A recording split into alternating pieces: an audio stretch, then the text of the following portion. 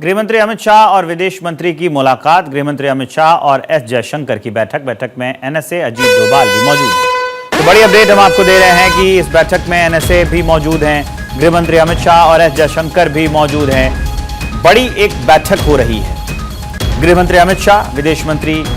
S Jaishankar और NSA Ajit Doval भी मौजूद हैं इस बैठक में। हालांकि ये बैठक किस बारे में है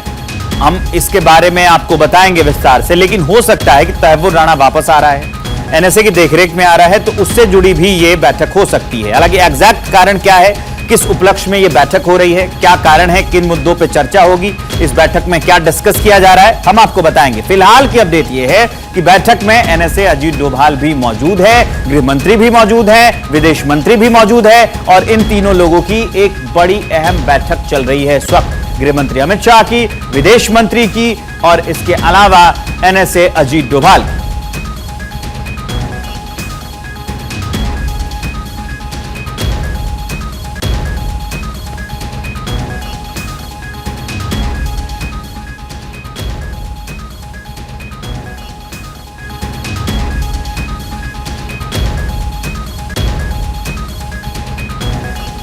तो एक अपडेट हम आपको दे रहे हैं। इस वक्त एक बड़ी बैठक चल रही है जिसमें गृहमंत्री अमित शाह मौजूद हैं, विदेश मंत्री एस जयशंकर मौजूद हैं और एनएसए अजीत डोभाल भी इस बैठक में मौजूद हैं। यह बैठक किस बारे में है, काफी अहम मुद्दे पर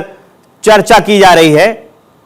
अदिति नागर, पॉलिटिकल एडिटर, हमारी फोन लाइन पर जुड़ गई हैं। यह बैठक क्यों हो रही है, क्या उपलक्ष्य है, इसका बताएंगे अदिति। महत्वपूर्ण है और ये उस क्षण पे हो रही है जब इंतजार हो रहा है 26/11 के जो मास्टरमाइंड है उसके भारत की धरती पर उतरने का, जिसकी तैयारी एनआईए ने पूरी तरीके से की हुई है और एनआईए सबसे पहले अपनी कस्टडी में रखते हुए फिर एनआईए कोर्ट में ले जाया जाएगा। लेकिन उससे पहले गृह मंत्री अमित शाह, विदेश मंत्री की मुलाकात और आपको बता दें कि एनएसए सबसे महत्वपूर्ण बात क्या है कि 2 आईजी स्तर के जो अधिकारी थे उनको भेजा गया था उनको लाने के लिए, साथ में गृह मंत्रालय के भी बड़े अधिकारी वहां पर पहुंचे थे। अब आप देखिए कि ये जो मुलाकात है ये है कि किस तरीके से लगातार ये देखना होगा कि जब उनको कस्टडी में लिया जाएगा, कस्टडी का कोर्ट में पेश करने के बाद रिमांड मांगी जाएगी, उस समय क्या वो तमाम बातें हैं जो पता करनी है, क्योंकि जाहिर तौर पे इसमें पाकिस्तान का क्या जिस समय ये प्लान किया गया था 26/11, आप विवेक इसको खास तौर पे ऐसे समझना होगा कि तहव्वुर राणा वो सब कुछ बता सकता है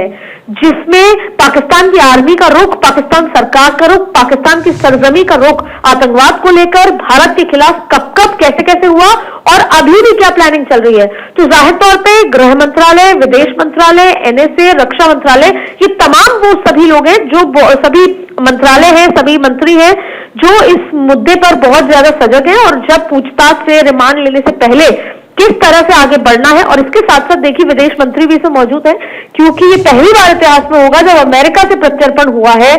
और इसमें कोई दौरा नहीं कि कूटनीतिक और लीगल एक ये बड़ी जीत है भारत के लिए, लेकिन इसको फूक कर कदम उठाना होगा। इस समय पाकिस्तान और साथ में आईएसआई, साथ में जो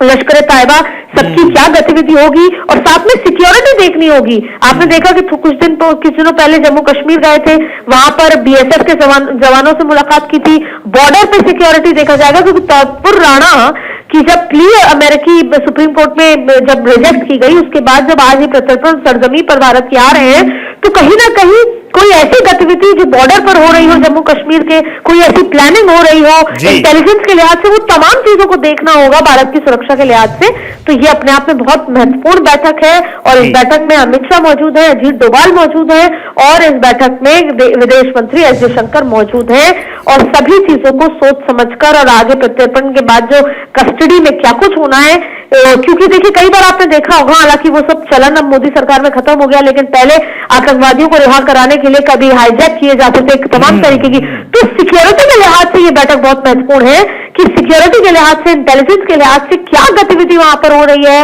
वो भारत के पास हो और भारत उसकी पूरी तैयारी में अपनी कमर कसे बैठा है। ठीक है, काफी अहम जानकारी दी आपने अदिति, इसके लिए आपका बहुत बहुत शुक्रिया।